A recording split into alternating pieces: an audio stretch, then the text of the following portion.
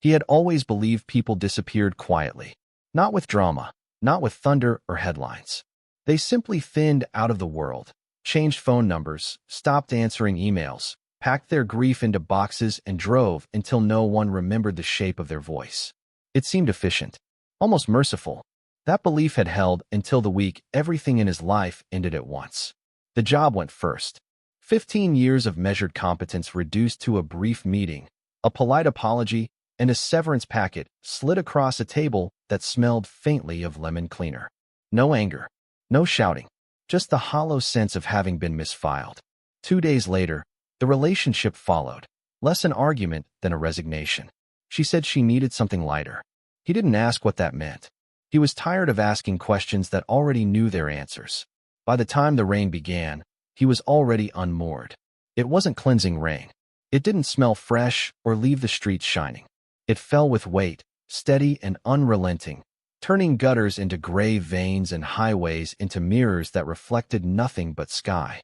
It soaked through his jacket, clung to his hair, flattened the world into shades of wet concrete and blurred taillights. He drove north because south felt too close to everything he had failed to keep. The gas station at the edge of the valley was the last place with fluorescent light. He pulled in more out of habit than need, watching the rain shatter against the asphalt. A woman stood near the far pump, unmoving, her coat too thin for the weather. She wasn't hitchhiking. She wasn't asking for anything. She just stood there, staring toward the mountains as if waiting for them to answer a question. Inside, the cashier glanced up once and said, "Road's bad up there." "How bad?" he asked. She shrugged. "Bad enough people don't come back the same. Sometimes not at all." When he looked again through the glass, the woman was gone. No footsteps, no car, just rain filling the space where she'd been. He told himself she'd gone inside somewhere else, or that he'd imagined her altogether. That was easier than wondering how someone could vanish without sound. Back in the car, his phone buzzed weakly, one bar of signal clinging to life. The email notification sat unopened, the subject line absurdly small against the rest of the world. "Congratulations on your purchase." He laughed once, sharp and humorless. 3 nights earlier, sleepless and raw, he'd bid on a remote mountain property listed in an online auction. The photos were sparse, the description worse. As is, no utilities, access not guaranteed. It had felt like a joke at the time, a dare made to himself at 3 a.m., when reason loosens its grip. $200 later, the joke had teeth. The directions led him off the highway and onto a narrower road that climbed steadily, swallowed by trees. The rain softened to mist, then thickened again, turning the forest into a moving wall. His GPS stuttered, recalculated, then froze entirely. The radio dissolved into static. Even the sound of the engine felt muted, as if the mountain were absorbing it. He should have turned back. Instead, he kept driving, knuckles white on the steering wheel, following a road that felt less like a route and more like a suggestion. When the gate appeared, it startled him. A rusted thing half sunk into moss, hanging open as if it had given up on the idea of keeping anyone out. A wooden sign dangled from one chain, its lettering eroded beyond certainty. He parked, stepped out into the wet cold, and pushed the gate aside. The hinge groaned, long and low, like a throat clearing.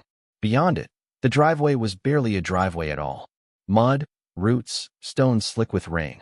Each step felt like crossing a line he hadn't meant to draw.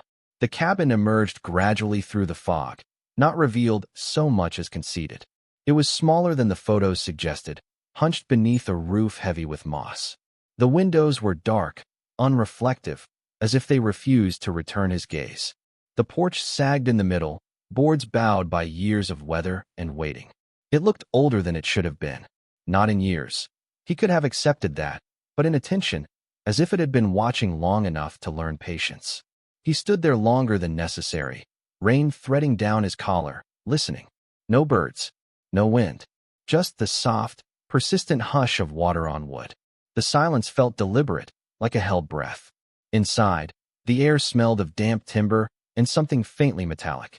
He swept his flashlight across a single room, a stone fireplace, a table with one uneven leg, an iron bed frame leaning against the wall. Dust lay thick, but not undisturbed. The floor creaked in places where weight had passed recently, or often. He told himself it was just the house settling.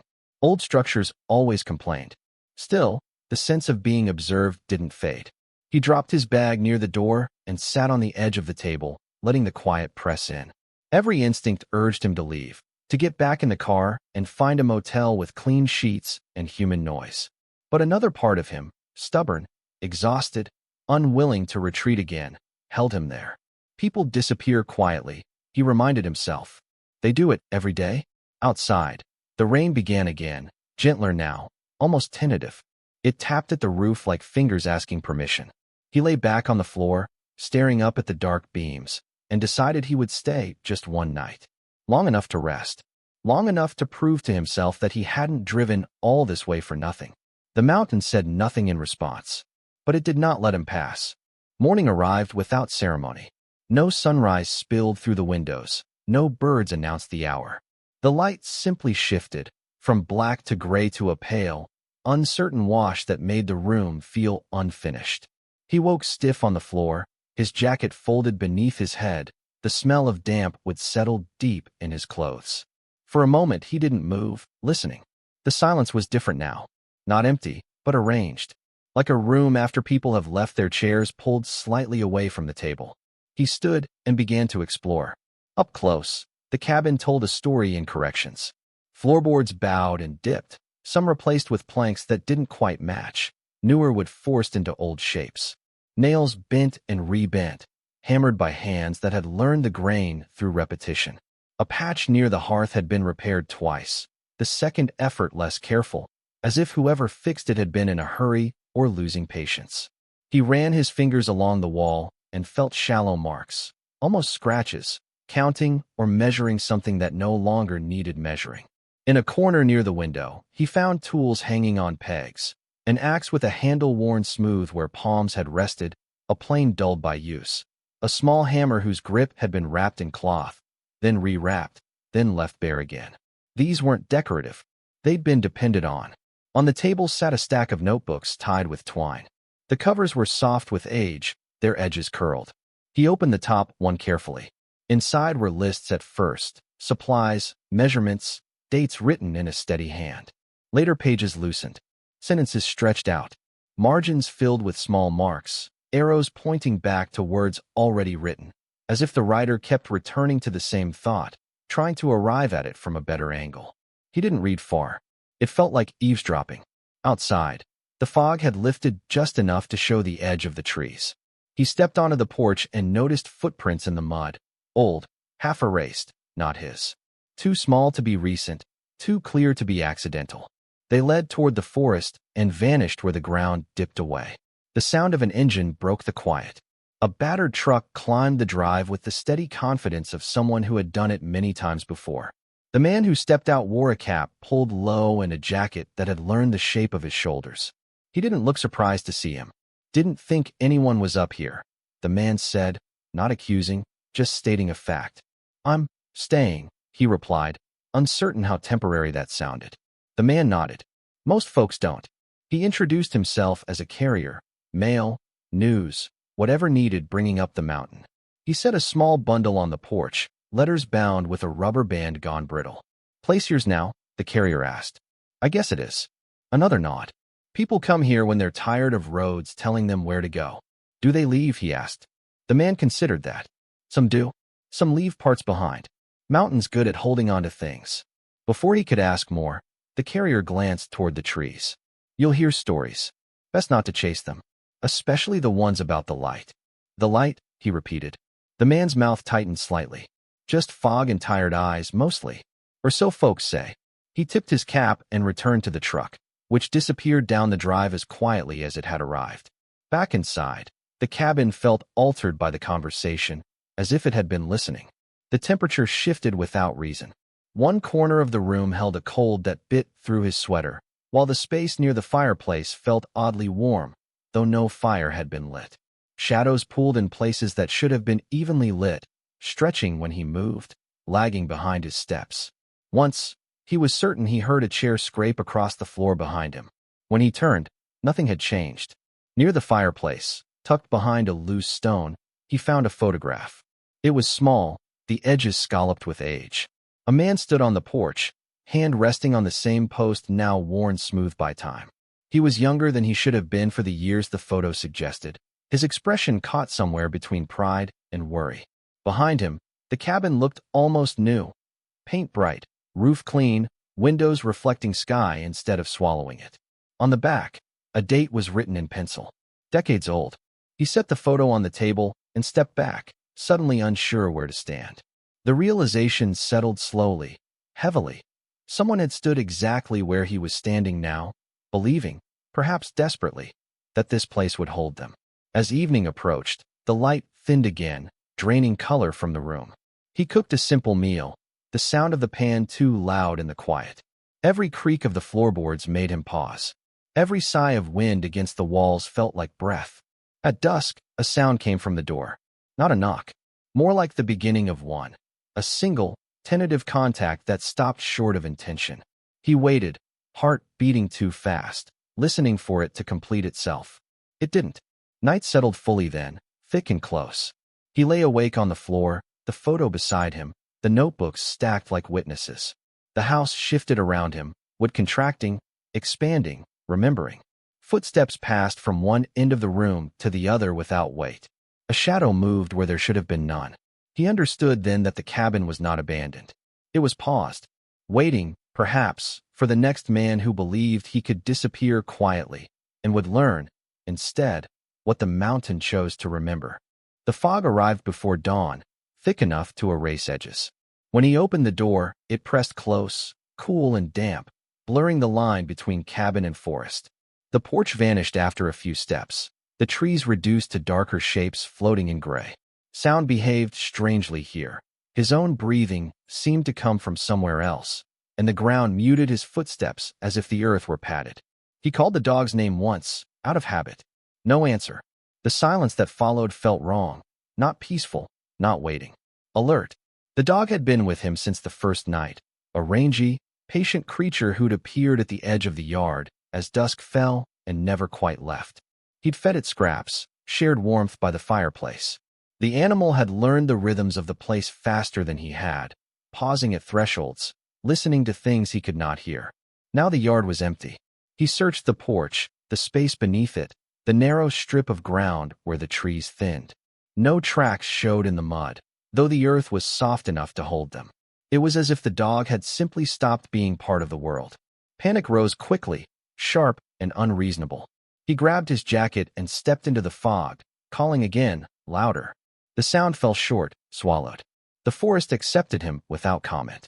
He followed the slope downhill where water whispered over stone.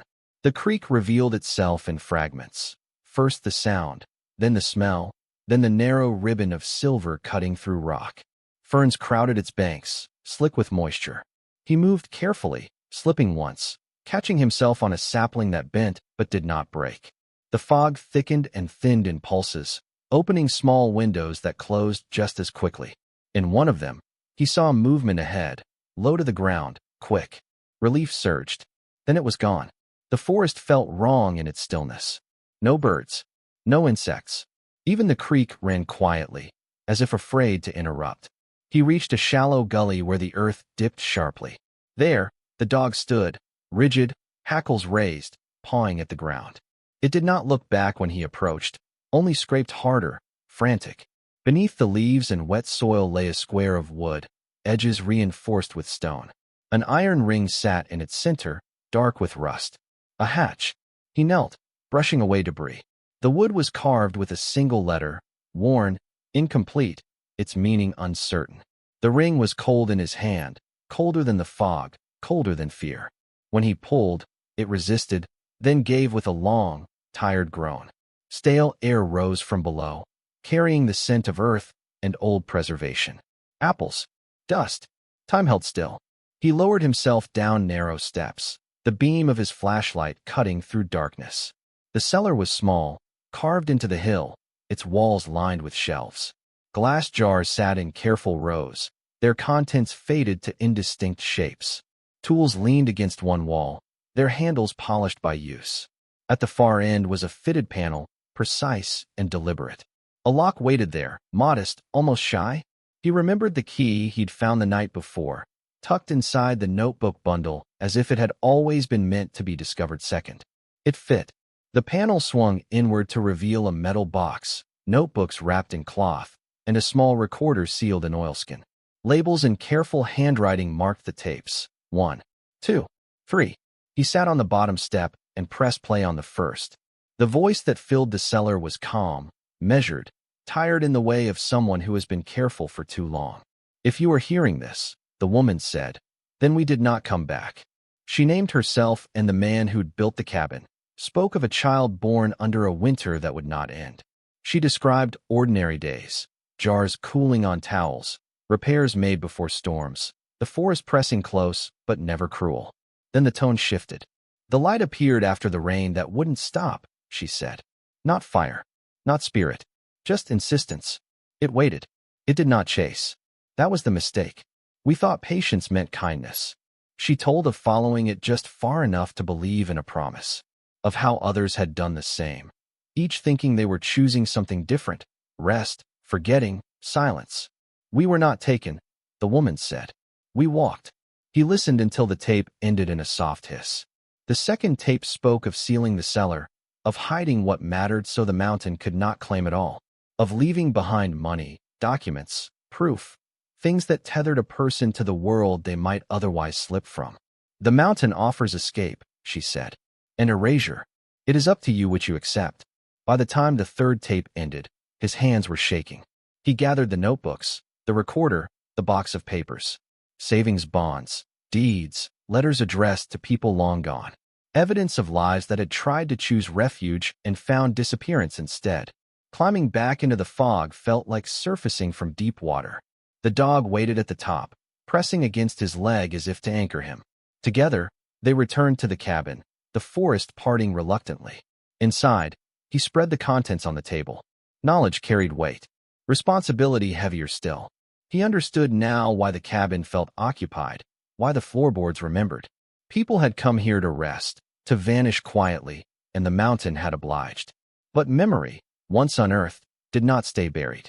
Outside, something moved through the trees. A soft glow threaded between trunks, patient, familiar. It did not hurry. It did not demand. He did not follow. Instead, he closed the door, locking the knowledge inside with him, and felt the shift, from observer to participant, from guest to keeper. The forest had returned what it held. Now it was his choice what to do with it. The light came at dusk. Not suddenly, not with spectacle. It seeped between the trees like breath, pale and steady, as if it had been waiting for him to finish understanding. He stood on the porch, one hand resting against the doorframe, the other clenched in his jacket pocket around the small recorder that held other people's endings. The glow did not advance. It simply existed, an offering without insistence. Up close, it was gentler than he'd imagined. Not fire, not color exactly. More like the memory of warmth when you close your eyes after standing in the sun. He understood, then, what it promised. Relief. The quiet that comes when you stop being asked to remember, to choose, to carry the weight of what didn't work out. Rest without memory. He took one step forward. The boards creaked under his foot, and the sound tethered him to the cabin behind him. The uneven floor, the patched walls, the dog breathing softly inside. The glow brightened, just slightly, as if encouraged. He stopped, not because of fear, because of clarity. If he followed, the ache in his chest would ease. The names he'd lost, the life that had slipped through his fingers, the decisions he hadn't made in time. All of it would soften, blur, perhaps vanish. The mountain would hold him the way it had held the others. Gently, completely. He stepped back instead. The light lingered, patient as weather. Then, as if acknowledging the choice, it thinned and withdrew, settling deeper into the forest until it was no more than a suggestion. He exhaled, long and shaky, and closed the door. The work began the next morning. Not frantic repairs meant to disguise neglect, but careful ones, acts of attention. He sanded the table until its surface remembered a smoother life. He replaced warped boards with wood cut to fit, not forcing new shapes where old ones still belonged. He mended the screen with thread pulled from the hem of a shirt, the stitch uneven but honest. Each task grounded him. He cleared a shelf and set the notebooks there, alongside the recorder and the photographs, not hidden but not displayed. Acknowledged. He placed a kettle on the stove, filled jars with clean water, stacked blankets where they could be found easily. Rules formed quietly, without ceremony. No questions that made people smaller. Rest first. Take what you need. Leave what you can. When he wrote them down, the words felt less like instructions and more like permission. The cabin changed in response, not dramatically, but perceptibly. Light lingered longer on the floorboards. The air warmed more quickly when the fire burned. The silence softened, less watchful, more receptive. On the fourth day, someone came. A woman stood at the edge of the yard, pack slung low on her back, boots caked with mud. She didn't step closer, didn't call out. Her hand hovered in the air, uncertain, as if she were testing whether the place was real. He opened the door and waited. She startled, then laughed once, short and surprised. "I didn't think anyone was here." "You are," he said, and the simplicity of it felt right. She didn't offer a story. Neither did he ask. He poured water, set it between them on the table. Her hands shook as she drank, the tension easing with each swallow. She slept that night on the narrow bed by the wall. He took the floor, listening to the house settle around them.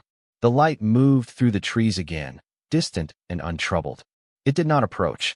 In the morning, she left before dawn, a note weighted by a stone on the table. 2 words, "Thank you." He added a name to the list he'd begun in the back of one of the notebooks. No explanations, just a record of presence.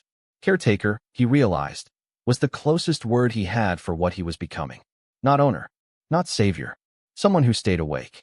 He documented the truth carefully, copying letters, labeling tapes, writing in his own steady hand what the mountain offered and what it took.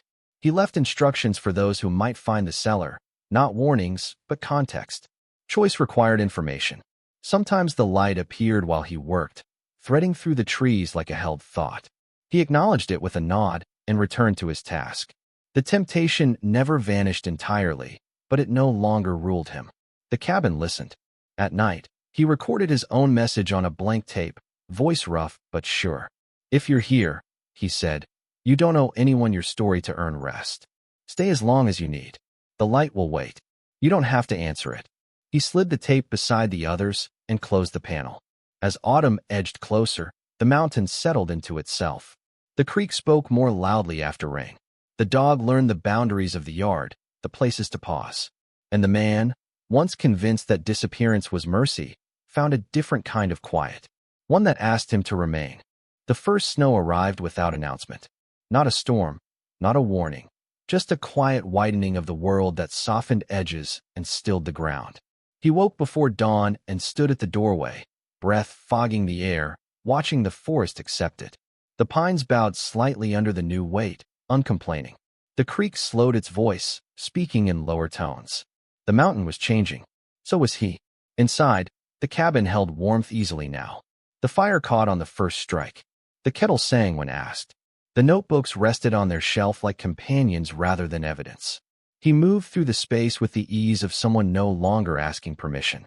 Loose ends found their way toward rest. He sent letters copied carefully from the box in the cellar, updates to addresses that might no longer exist, explanations offered without expectation of reply. He filed records with the county through a carrier who nodded as if this was exactly how things were meant to be handled. A portion of the money was set aside quietly, designated for repairs, supplies, and those who arrived with nothing but fatigue and need. Nothing extravagant, just enough. The light returned one evening as the sky deepened toward blue. It stood at the tree line, brighter against the snow, its presence unmistakable now that he understood it. He felt the familiar pull, the suggestion of rest without remembering. It waited, as it always had, patient and unconcerned.